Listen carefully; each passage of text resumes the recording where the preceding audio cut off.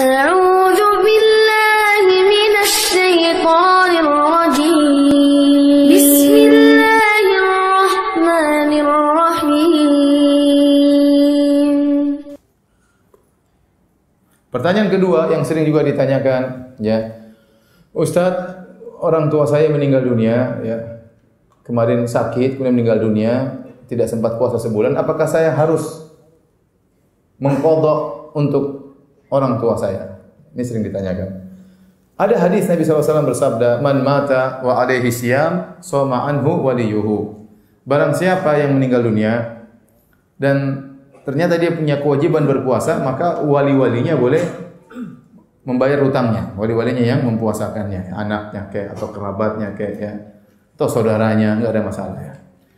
Para ulama menjelaskan tentang hadis ini, ya. Hadis ini yang lebih benar adalah mencakup seluruh hutang puasa, ya, baik puasa Ramadan maupun puasa nazar atau puasa kafarah. Kalau seorang meninggal dunia, ternyata dia punya hutang puasa, maka boleh anaknya, boleh kerabatnya untuk mempuasakan dia, membayar hutangnya.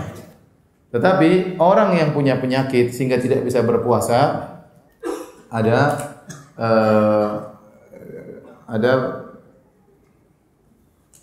3 model.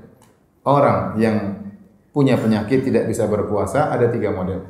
Model pertama adalah orang yang sakitnya sakit tahunan atau disebut dengan al-marad alladzi la yurja bur'uhu, yaitu penyakit yang tidak diharapkan lagi kesembuhannya menurut ilmu kedokteran. Setahun, 2 tahun, 3 tahun, 4 tahun dia harus makan obat terus sehingga dia tidak mungkin berpuasa, ya. Dia tidak mungkin berpuasa, dokter melarang dia berpuasa. Maka kalau penyakitnya seperti ini tahunan, ya, menurut dokter tidak bisa sembuh, maka orang seperti ini bayar fidyah. Orang seperti ini bayar fidyah karena uzurnya tidak hilang, ya. Taruhlah ternyata setelah 5 tahun dia sembuh, apakah dia harus mengqadha? Tidak harus. Dia sudah bayar fidyah untuk penyakit yang menurut dokter susah untuk sembuh tadi, maka sudah cukup. Nah, ini penyakit model pertama yang menurut dokter tidak mungkin sembuh, maka bagaimana jalan keluarnya? Tidak mungkin mengqadha karena dia akan sakit terus. Maka jalan keluarnya adalah apa? Bayar fidyah. Sama seperti orang tua, enggak mungkin muda lagi. Kalau tua tidak bisa puasa, ya bayar fidyah. Ini penyakit model pertama. Yang kedua, penyakit model kedua, yaitu orang sakit, ya, ya. Kemudian dia tiba-tiba sakit, ya, mungkin kecelakaan, mungkin tiba-tiba terkena penyakit tertentu, ya. Kemudian dia tidak bisa puasa, kemudian dia meninggal dunia. Kemudian dia tidak puasa, kemudian dia meninggal dunia. Padahal dia sakit di bulan Ramadan. Nah, kata para ulama, orang ini pada hakikatnya tidak punya utang.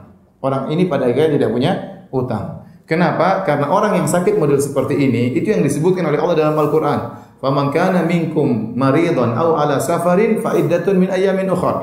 Barang siapa di antara kalian sakit atau bersafar sehingga dia berbuka, maka wajib bagi dia untuk berpuasa di hari-hari yang lain. Paham? Hari-hari tatkala dia sembuh tentunya.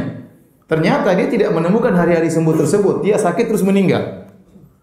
Paham? Sehingga dia tidak wajib puasa. Dia tidak punya hutang karena dia hanya wajib puasa kalau dia menemukan hari-hari yang dia sembuh tersebut. Ternyata orang ini waktu sakit langsung meninggal. Sehingga orang ini tidak punya hutang puasa. Paham? Model ketiga, orang yang sakit ini sangat mungkin untuk sembuh. Kemudian dia sembuh, Allah kasih dia kesembuhan beberapa waktu, dia bisa mengqadha sebenarnya. Namun ternyata dia tidak mengqadha sampai akhirnya dia meninggal dunia. Nah, inilah yang dikatakan orang ini punya hutang. Nah, kalau bapak kita meninggal model penyakitnya seperti model ketiga, baru kita bayar hutang puasanya, kita yang puasakan. Tetapi kalau bapak kita, ibu kita meninggal ternyata penyakit model kedua, ya tidak ada hutang berarti. Bisa dibedakan? Yang benar. Bisa dibedakan atau tidak? Yakin? Baik.